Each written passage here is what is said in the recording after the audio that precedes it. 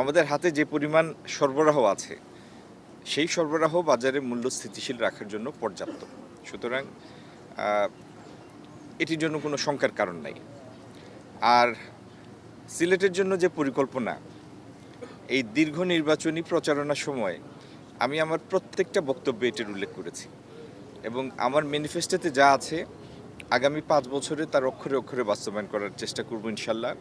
আপনারা দোয়া করবেন যেন এই পরিকল্পনাগুলি সফলভাবে আমরা বাস্তবায়ন করতে পারি, যেটির সাথে সিলেটের মানুষের জীবনমান উন্নয়নের প্রশ্ন সরাসরি জড়িত।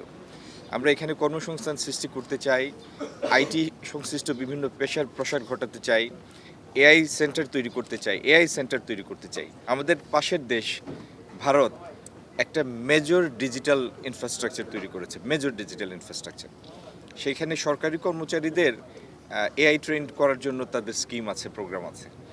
আমরা যদি পিছিয়ে থাকি, আজকে 2026 সনের পৃথিবী আমাদের দিকে করুণার দৃষ্টিতে তাকাবে না। আমাদের বাকি পৃথিবীর সাথে প্রতিযোগিতার সক্ষমতা অর্জন করতে হবে। তো এই যে সমস্ত চ্যালেঞ্জ আমাদের সামনে আছে, সেই চ্যালেঞ্জগুলি মিটিয়ে বাংলাদেশকে একটি বৈশ্বিক অবস্থানে নেওয়ার জন্য আমাদের যে পরিকল্পনা, উদ্যোগ এবং আন্তরিকতা, সেটা ইনশাল্লাহ আগামী 5 বছরে আমরা প্রত্যেকটা দিন, প্রত্যেকটা মিনিট এটি বাস্তবায়নের জন্য কাজ করব। তো অনেকগুলি আছে। একটা হলো আজকে থেকে 2 বছর আগেও যে ট্রেড রেজিম ছিল পৃথিবীতে, WTO-র আন্ডারে একটা গ্লোবালাইজড একটা পৃথিবী ছিল।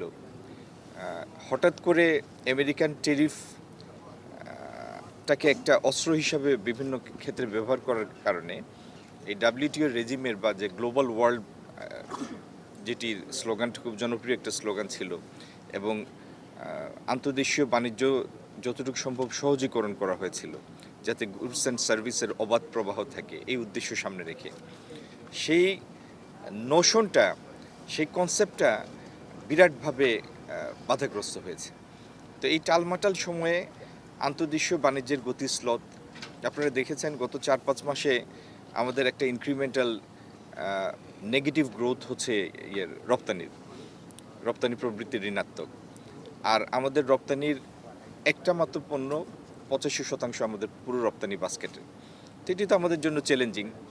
সেই জায়গা থেকে আবার বাংলাদেশকে উত্তরণ ঘটানো, রপ্তানি প্রবৃত্তি অর্জন করা, আমাদের রপ্তানি বাস্কেটটাকে বড় করা, নতুন নতুন পণ্য অন্তর্ভুক্ত করা, এটার মধ্যে বৈচিত্র্য আনা, ডাইভার্সিফিকেশন আনা, এগুলি আমাদের আগামী দিনের চ্যালেঞ্জ। আর পুরো নির্বাচনী প্রচারণাই ছিল সিলেটে কর্মসংস্থান কেন্দ্রিক। আপনার যদি কর্মসংস্থান তৈরি করতে হয়, বিনিয়োগ লাগবে, বিনিয়োগ ছাড়া তো কর্মসংস্থান হবে না।